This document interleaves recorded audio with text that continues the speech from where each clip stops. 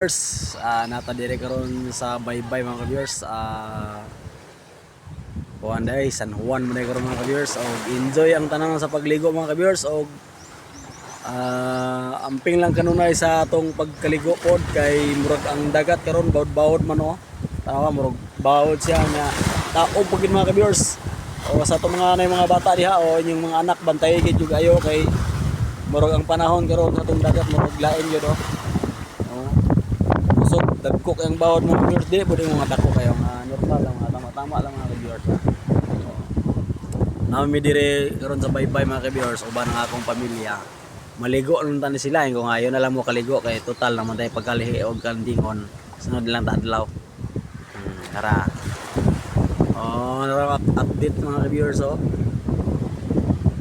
Grabe ka kusog ba. Di man kaingon nga bawod mga viewers basin ganahan mo ligo na sa puno.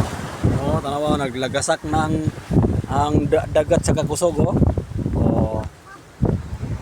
Og dito dipita mga ka-viewers. Oh. Medyo guba namang siwol dire dipita. Ang mga ingkuranan medyo ngani na lang siya. Abot diha mga ka-viewers. So dito mga motor na mga ka-viewers. Mo na siya mga ka-viewers. Dito ni dire dipit sa Kugita. Oh. Mga ka-viewers ha, please like and share.